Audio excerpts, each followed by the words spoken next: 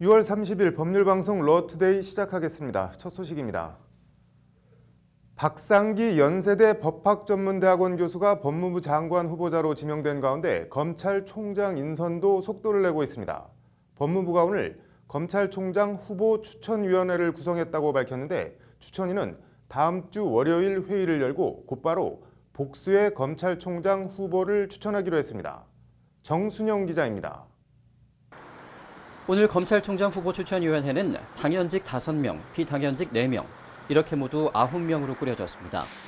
당연직 5명은 김창보 법원행정처 차장, 김현 대한변호사협회 회장, 정용상 한국법학교수회 회장, 이형규 법학전문대학원 협의회 이사장, 박균택 법무부 검찰국장 등입니다. 눈여겨봐야 할 위원은 4명의 비당연직 위원입니다. 추천위 위원장을 맡은 정성진 전 법무부 장관과 한인섭 서울대 법학전문대학원 교수, 이미경 한국성폭력상담소 소장, 성한용 한겨레신문 정치부 선임기자 이렇게 4명입니다. 노무현 정부 마지막 법무장관 출신인 정성진 전 법무부 장관은 검사 출신으로 법조계 신망이 두텁다는 평가입니다. 한인섭 서울대 법학전문대학원 교수는 조국 청와대 민정수석과 매우 가까운 사이로 전해졌습니다. 이미경 수장과 성한용 기자는 진보 성향 시민단체 대표와 언론인입니다. 진보와 시민단체, 청와대 코드에 맞춘 추천위 구성입니다. 추천위는 다음 달 3일 오전 10시 회의를 열고 법무부 장관에 추천할 검찰총장 후보들을 결정할 예정입니다. 박상기 법무부 장관 후보자가 아직 임명되지 않았기 때문에 추천위는 일단 장관 직무대행인 이금노 차관에게 후보들을 추천할 것으로 보입니다. 앞서 법무부는 지난 14일부터 20일까지 현직 7명과 전직 6명 등 모두 13명을 검찰총장 후보로 천거받았습니다. 현직은 사법연수원 기수 순서대로 17기 김희관 법무연수원장과 박성재 서울고검장, 18기 문무일 부산고검장과 오세인 광주고검장, 19기에선 김강욱 대전고검장과 유일한 여성 검사장인 조희진 의정부지검장이 후보군에 이름을 올렸습니다. 이외에도 지청장 1명이 더 천거된 것으로 전해졌습니다. 전직 검사들 중에서는 연수원 15기 소병철 농협대 석좌 교수, 16기 이건리 전 대검 공판 송무부장, 17기 김경수 전 대구 고검장과 신경식 전 수원지검장, 18기에선 정인창 전 부산지검장이 이름을 올렸습니다. 18기 변찬우 전 대검 강력부장은 천거됐지만 검증 절차에 동의하지 않아 사실상 심사 대상에서 빠졌습니다. 검찰총장 임명은 추천위가 3명 이상 후보를 법무부 장관에게 추천하면 법무부 장관이 그중 1명을 대통령에게 제청하고 대통령이 최종적으로 임명하게 됩니다. 정부가 박상기 법무부 장관 후보자의 임명 절차가 마무리되기 전에 검찰총장 후보 추천위를 구성한 것은 지난달 11일 김수남 전 총장의 사퇴 후 2달이 돼가는 총장 장기 공석 사태를 최대한 빨리 해소하고 검찰개혁을 속도감 있게 추진하겠다는 의지를 담은 것으로 풀이됩니다. 법률방송 정순영입니다.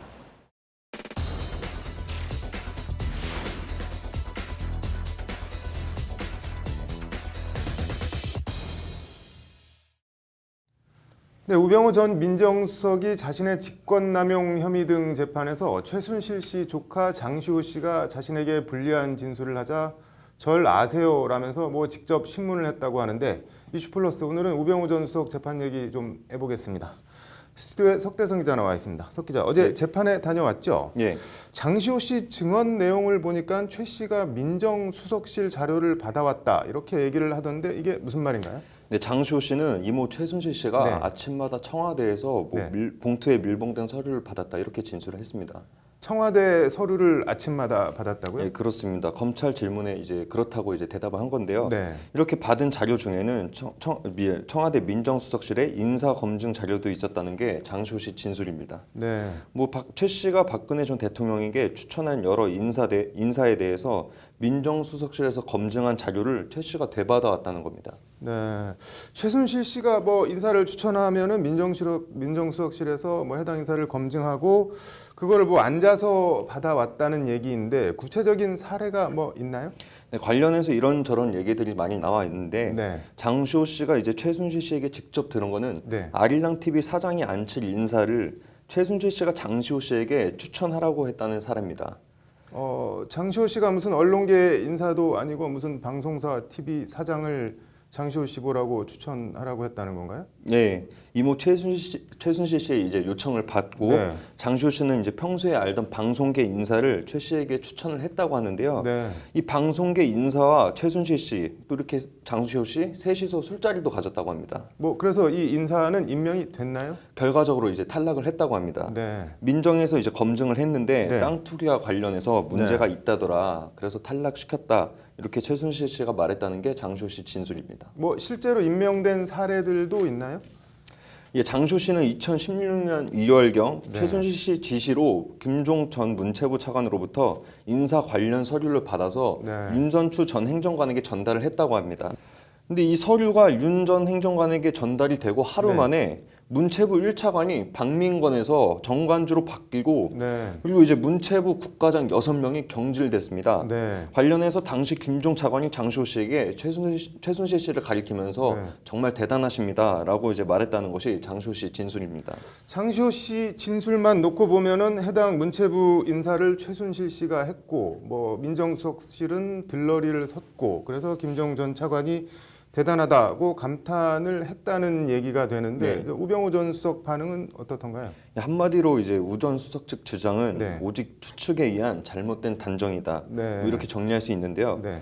우 전 수석 변호인은 인사추천 서류 등이 다른 서류와 이제 같이 있었다는 이유로 네. 민정수석실에서 검증했다는 걸 단정할 수 없지 않냐 네. 이러면서 다 증인의 추측이라고 얘기를 했습니다. 네. 그러니까 설령 청와대에서 온 인사 관련 서류라고 해도 네. 민정수석실에서 온 거라고 어떻게 입증할 수 있냐? 네. 뭐 민정수석실에서 작성하는 걸 봤냐 이런 얘기입니다. 네. 뭐 틀린 말도 아닌 것 같은데 장시호 씨는 이에 대해서 뭐라고 하던가요?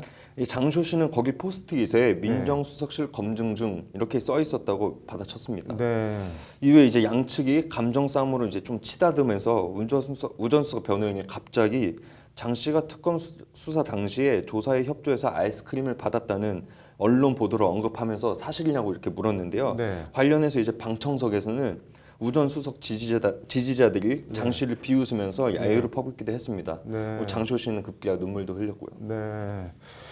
뭐 재판부는 뭐 그냥 두고 보지는 않았을 것 같은데 재판부가 뭐라고 한마디 했죠? 네, 그렇습니다. 재판부는 이제 장 씨에게 네. 저런 건 답변하지 말라 이렇게 했고요. 네. 재판부는 이제 장 씨가 퇴정한 후에 우 전 수석 변호인 측에 네. 아까 그런 질문은 굉장히 불쾌했다면서 네. 그런 식으로 하면 안 된다 이렇게 뭐 질책을 하기도 했습니다. 네. 우 전 수석이 직접 신문을 했다는 건 또 뭔가요?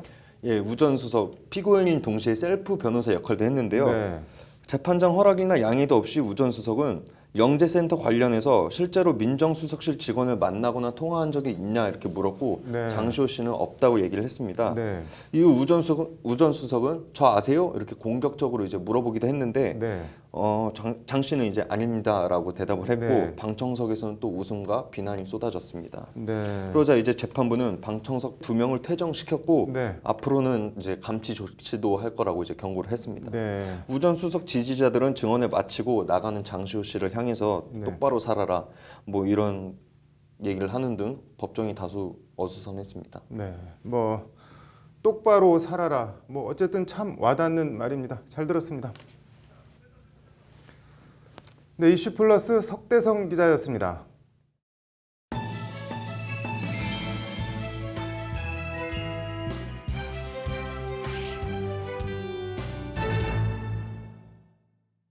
카드 리볼빙 서비스라는 게 있습니다. 쉽게 말해 이번 달 쓴 카드 대금 결제를 나중으로 미뤄서 결제할 수 있도록 해주는 카드 회사 서비스인데 당연히 그냥 미뤄주는 게 아닙니다. 상식과 원칙이 통하는 사회, 법률방송 로투데이 현장기획. 오늘은 대부업 아닌 듯 대부업인 발톱 감춘 고리대금에 비유할 만한 카드 리볼빙 서비스 얘기입니다. 이철규 기자입니다. 30대 직장인 한모 씨. 지난 2015년 결혼자금 준비로 어려움을 겪던 한 씨는 신용카드 회사로부터 솔깃한 제안을 받습니다. 사용대금의 10%에서 20% 정도만 납입하고 나머지 금액은 나중에 나눠내면 되는 이른바 리볼빙 서비스가 있다는 겁니다. 정식 명칭은 일부 결제 금액 2월 약정으로 매월 대금 결제 시 미리 약정한 청구율이나 청구액만큼만 결제하고 나머지 금액은 2월에 나눠내는 서비스를 말합니다. 아니, 경제적으로 좀 힘들 때 마침 카드사에서 연락이 와서 리볼빙이라는 뭐 상품이 있다고 얘기를 해주는데 그냥 매달 나가는 돈이 뭐 똑같으니까 생각 없이 일단 써봤는데 단순 카드 할부 정도로 생각했던 한 씨는 몇 달 뒤 카드 이용 대금 명세서를 들여다보다 깜짝 놀랐습니다. 뒤로 밀린 카드 대금 800만 원에 20%를 넘나드는 이자가 붙어 매월 이자로만 15만 원 정도가 나가고 있었기 때문입니다. 이럴 거면 내가 차라리 은행 가서 대출을 받아서 하는 게 낫지. 이 리볼빙이라는 걸 못 틀어 쓰겠냐 이거.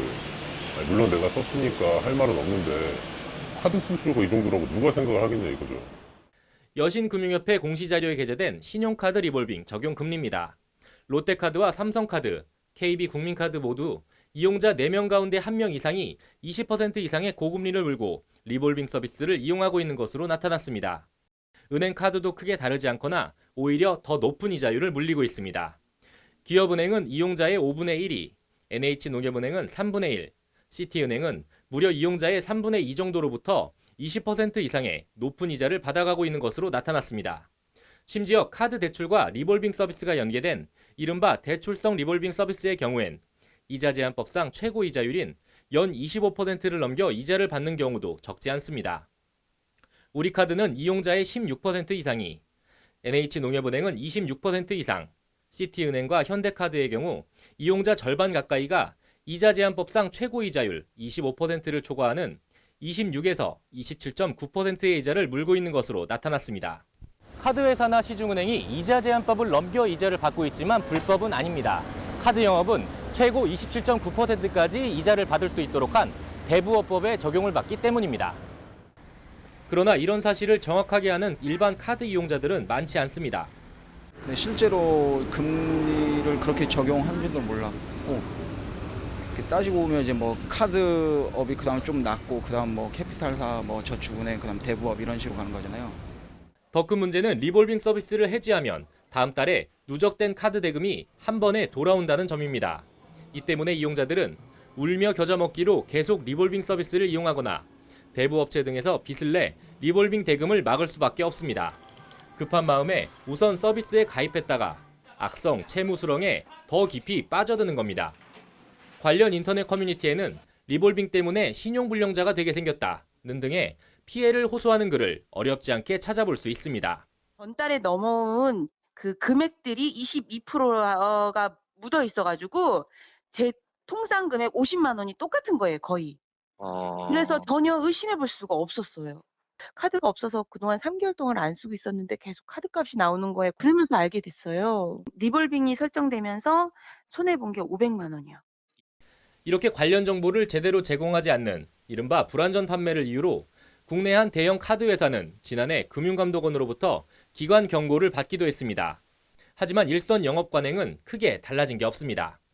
영향을 받으세요. 미납되지 않은 게 아니라 일부 저희가 약속을 미룬 거지 않습니까? 그렇기 때문에 미납되는 것보다는 신용자가 영향을 덜 받는 거예요. 보니까 뭐 대부업이랑 마찬가지라고 하는데 그건 아닌 거예요? 대부업은 아니죠. 저희는 그냥 카드사입니다. 금융당국에 따르면 지난해 카드회사 수익의 20% 정도가 카드 리볼빙에서 나온 것으로 집계됐습니다. 이 때문에 대부업 금리도 이자 제한법 최고 이율에 맞춰 적용해야 하고 최고 이자율 자체를 더 낮춰야 한다는 지적이 끊이지 않고 있습니다.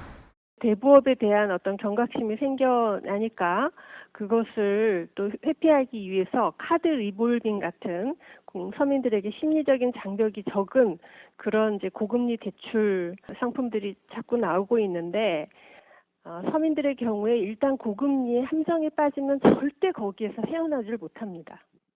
세상에 공짜는 없습니다. 카드 회사들이 권유할 땐 그만한 이유가 있습니다. 카드 이용자들의 현명한 선택과 눈 가리고 아웅하는 카드 회사들의 이른바 불안전 판매를 막기 위한 제도 개선이 시급해 보입니다. 법률방송 이철규입니다. 문재인 대통령 아들 준용 씨 취업 특혜 의혹 조작 사건을 수사 중인 검찰은 구속된 국민의당 당원 이유미 씨를 오늘 다시 불러 조사했습니다.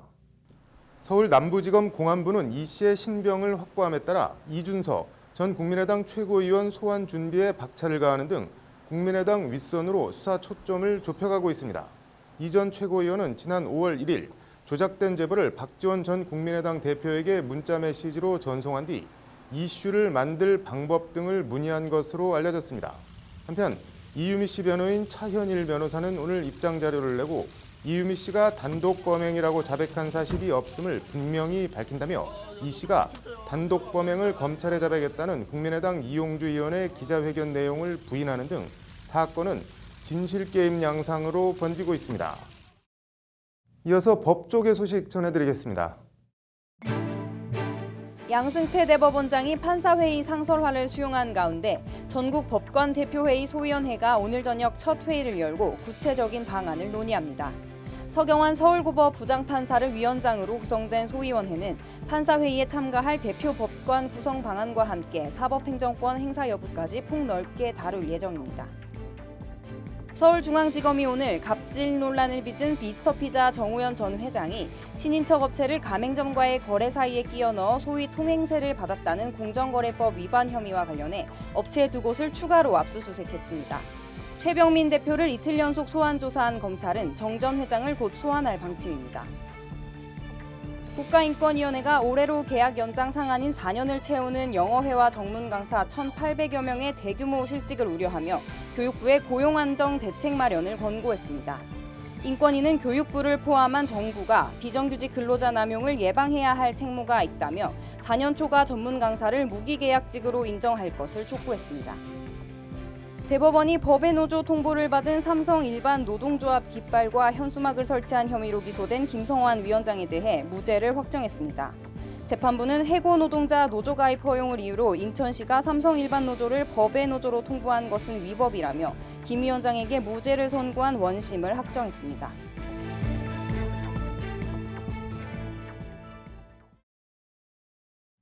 (6월 30일) 법률방송 러투데이 마치겠습니다. 시청해주셔서 감사합니다.